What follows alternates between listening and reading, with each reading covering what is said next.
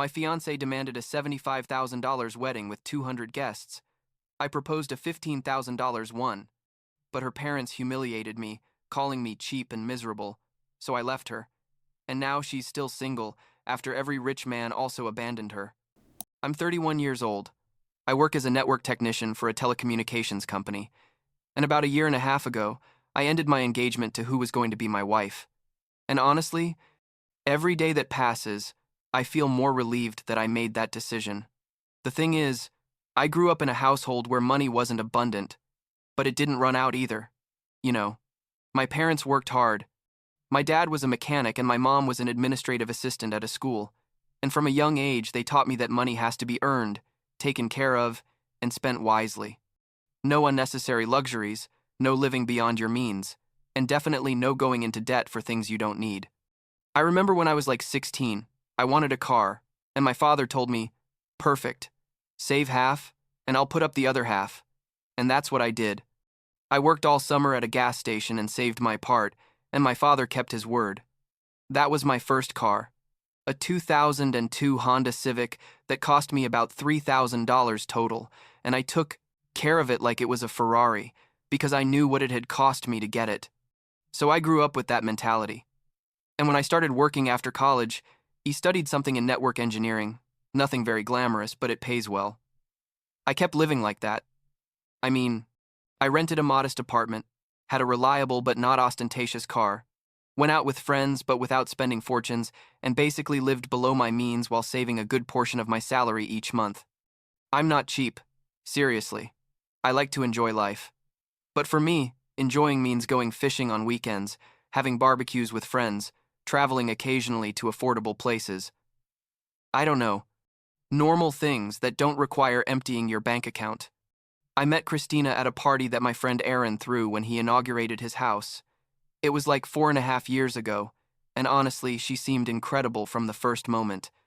She was pretty, yes, but not in an exaggerated or intimidating way. Rather, she had this warm and accessible energy that I really liked. I was helping in the kitchen when I saw her, preparing some snacks or something, and we started talking about fishing because she saw I had a cap from a lure brand, and it turns out she also used to fish with her dad when she was little. We talked all night, exchanged numbers, and basically started dating almost immediately after that. The first months were great.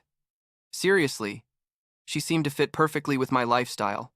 She liked going to simple restaurants, didn't mind staying home watching movies, came fishing with me at the lake, which is like an hour from where we live, and never, ever made me feel like my lifestyle was insufficient or boring. We dated for 2 years before I decided to propose, and during all that time, things continued being like that. Simple and calm. She worked as an administrative assistant at an accounting firm, made a decent salary but wasn't a millionaire either, and seemed to be completely comfortable with our life. We lived in a small town, about 45 minutes from the nearest big city. She shared an apartment with a friend, and I lived alone. And we saw each other almost every day after work. Her parents lived in the city. Her dad was an accountant, I think. And her mom didn't work. And from the beginning it seemed to me they were a bit, I don't know, different from how Christina described them to me. Every time we visited them, there was this weird tension, like they were constantly evaluating me, but Christina always said I was imagining things. When I decided to propose, I planned it well. I had saved like $5,000 specifically for the ring, and instead of buying a traditional diamond that would have cost double or triple, I researched and found out that Christina loved sapphires. She mentioned it once watching a movie or something. So I had a custom ring made with a blue sapphire in the center and some small diamonds on the sides. The jeweler charged me about $4,800, and it turned out beautiful. Seriously, it was elegant but not ostentatious, and had that personal touch that I thought she would appreciate. I took her to the same lake where we had gone on our first fishing date. It was a Saturday morning, and I proposed there with the sun rising over the water. She cried, said yes, hugged me, all perfect. Or so I thought. The first weeks after the engagement were normal. She showed the ring to her friends. I showed it to my family. Everyone was happy. But I started noticing weird things when we went to dinner with her parents to celebrate. Her mom asked if she could see the ring more closely, and when Christina showed it to her, I saw the expression on her mom's face. It was like a micro grimace of disappointment that lasted half a second, but that I clearly saw. Then her dad casually asked how many carats it had, and when Christina said it wasn't a diamond but a sapphire, there was this awkward silence of like 3 seconds.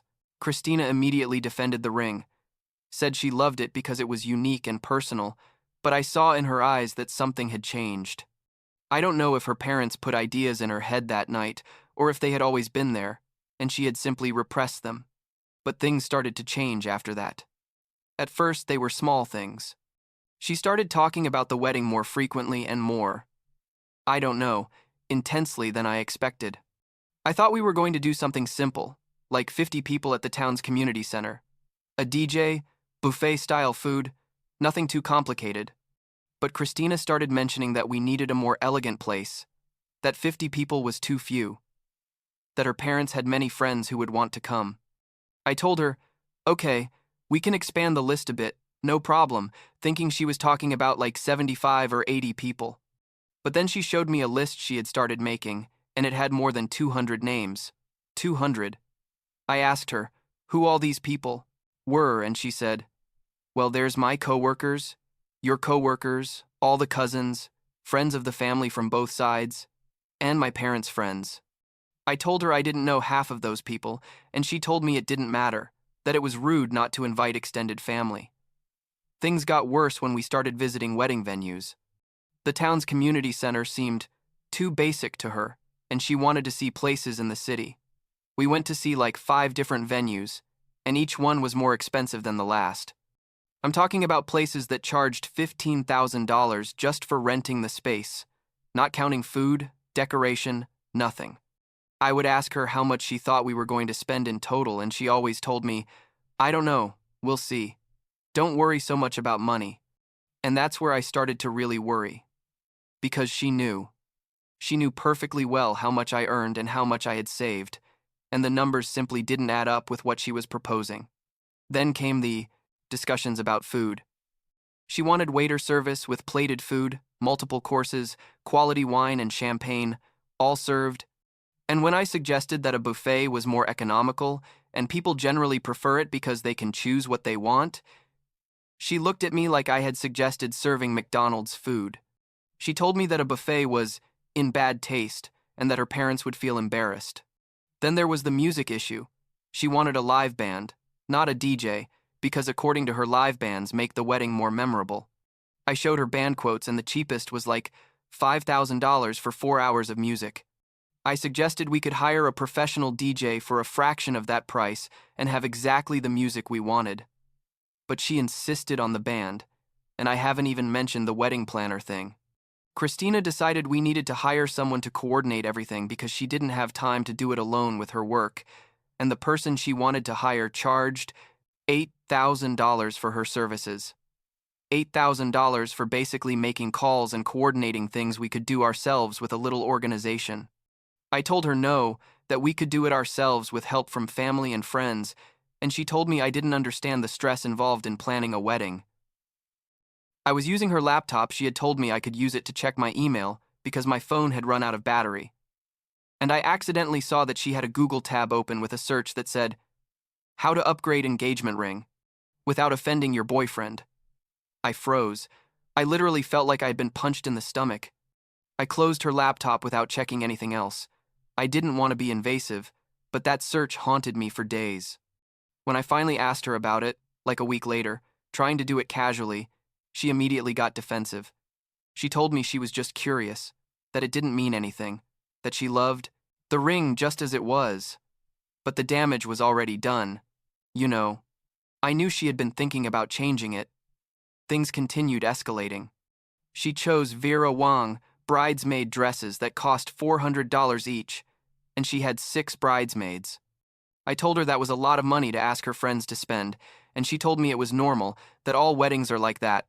Then she started planning her bachelorette party, and when I asked her what she had in mind, she told me her friends and she wanted to go to Miami for a long weekend.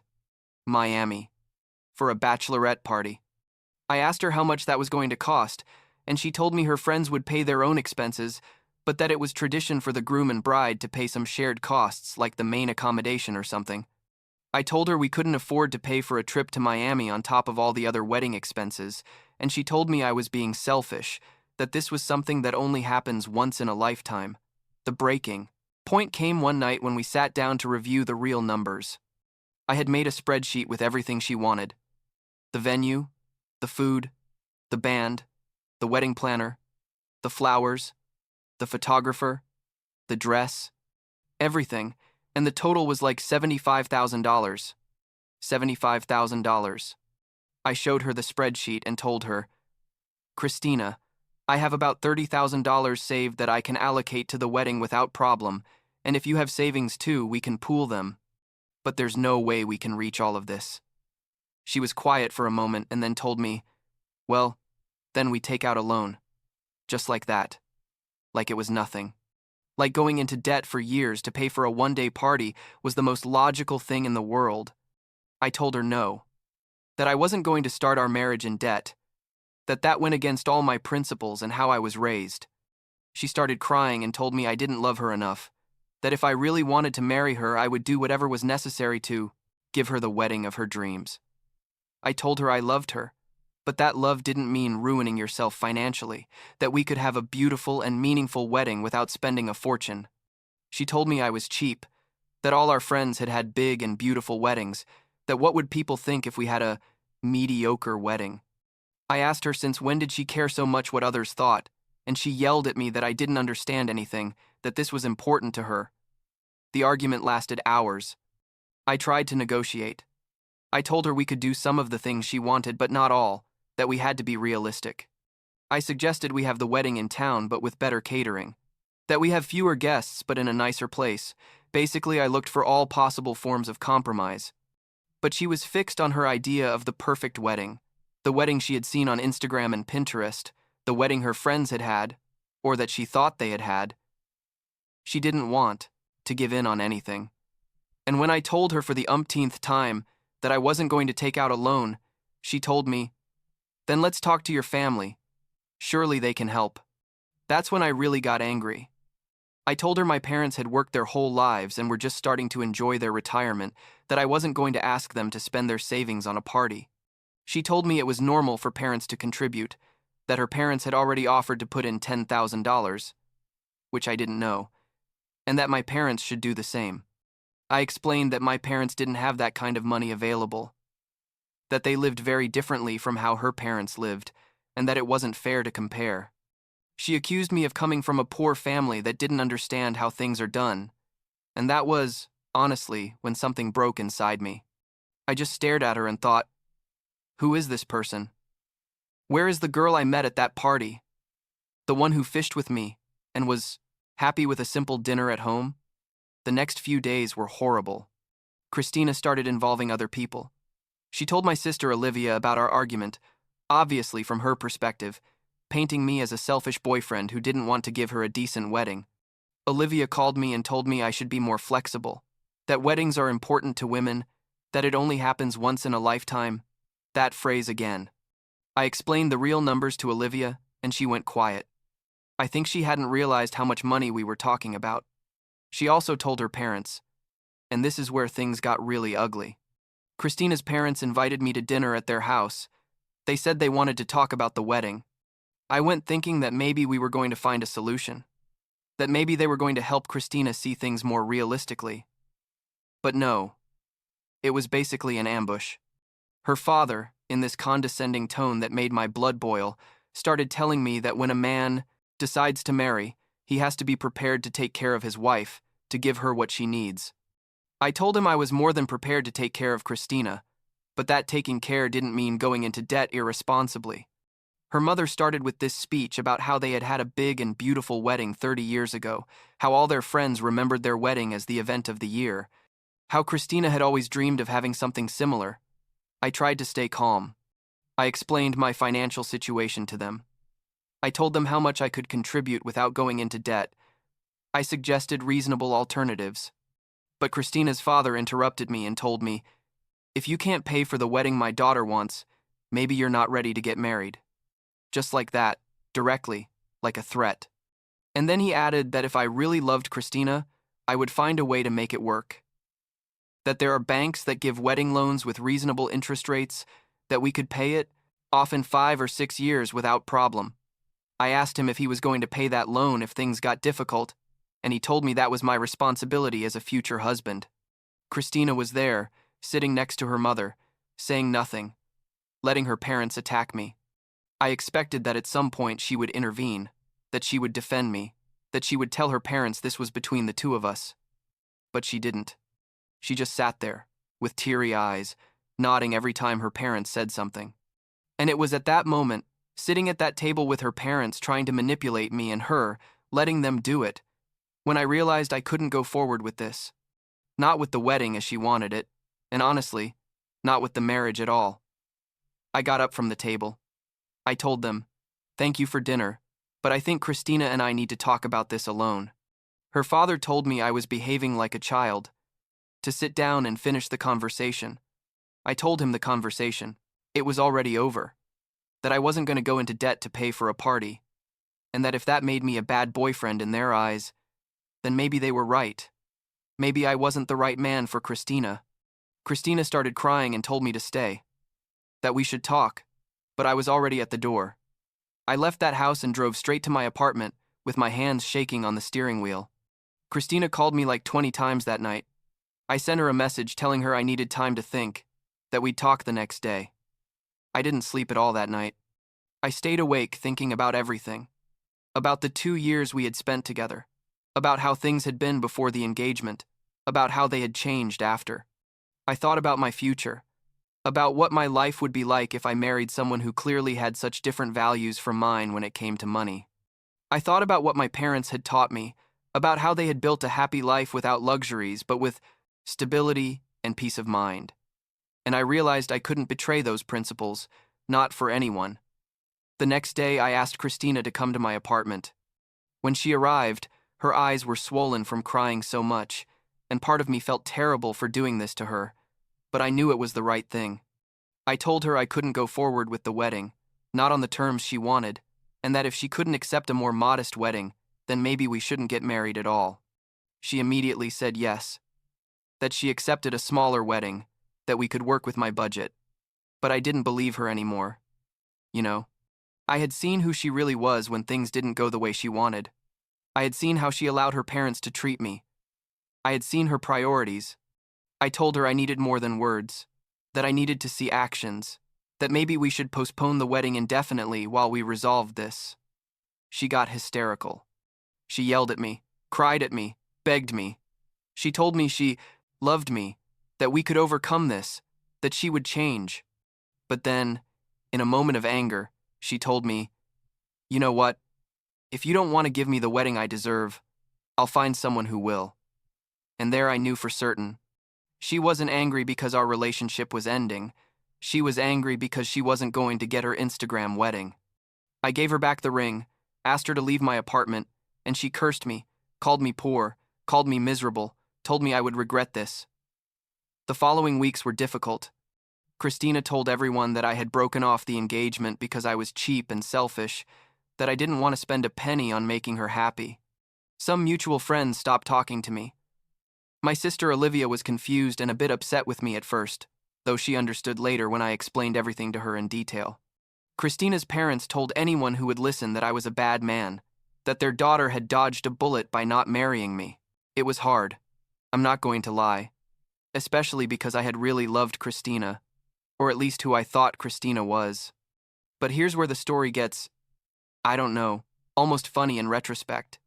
Like 2 months after we broke up, a mutual friend told me Christina was already dating someone new. A lawyer named William, who she met through her work. A guy with money, with a latest model BMW and an apartment downtown. It hurt at first. I'm not going to deny it, but I also felt a kind of relief, like that confirmed I had made the right decision. If she had moved on so quickly, clearly it wasn't me that mattered to her. It was the lifestyle I could provide. The thing is that William, according to what I found out later from Samantha, Christina's best friend and one of her bridesmaids, also got tired of Christina. Apparently, after only 6 months of dating, Christina started talking about marriage and started planning another fantasy wedding in her head. William played along for a while, But when Christina started pressuring him to get engaged and started showing him pictures of engagement rings that cost $20,000 or more, he dumped her. He left her after 8 months of dating, and according to Samantha, Christina was devastated because she thought she had finally found the man who would give her everything she wanted. Since then, according to the little I've heard, because honestly I try not to get involved in her life, Christina has dated several guys, but no relationship lasts more than a few months. Samantha told me once, like a year after the breakup, that Christina was still talking badly about me, saying I ruined her ability to trust men or something dramatic like that. But she also told me that Christina had done exactly the same thing with all the guys she had dated after me, started normal, and after a few months, started pushing for an engagement and fantasizing about expensive weddings. As for me, the truth is, I'm fine. Better than fine. After all that drama, I took the money I had saved for the wedding, put together a bit more, and bought a small cabin near the lake where I used to fish. It's modest, but it's mine. Completely paid off. No debts. I go there on weekends, fish, read, have barbecues with friends, basically live the life I always wanted to live. I dated a couple of girls after Christina. Nothing serious, but I'm open to whatever comes. This time, though, I know exactly what red flags to look for. My family finally understood why I did what I did. Olivia even apologized to me for not supporting me from the beginning. My parents never said much about it, but I know they were proud that I stayed true to my principles. My dad told me once, after all this, your mother and I got married at City Hall with 15 people present, and we've been happily married for 35 years. A wedding doesn't make a marriage. Son, commitment and shared values make a marriage. Sometimes I wonder what would have happened if I had given in, if I had taken out that loan, if we had had that $75,000 wedding. We'd probably be divorced now. I'd be paying off a debt that would haunt me for years, and she'd probably be blaming me for any financial problem we had. I dodged a bullet. Seriously. Last week I saw a picture of Christina on social media. Yes, sometimes I still look out of curiosity. She was at some expensive restaurant with friends, with that same look as always, happy, but in that superficial way I can now recognize. The comments were full of her friends, telling her how beautiful she looks, how strong she is, all that stuff. And I just thought, good thing that's not my life anymore. Now I'm at my cabin, debt-free, drama-free, without having to worry about impressing anyone, and it's exactly where I want to be.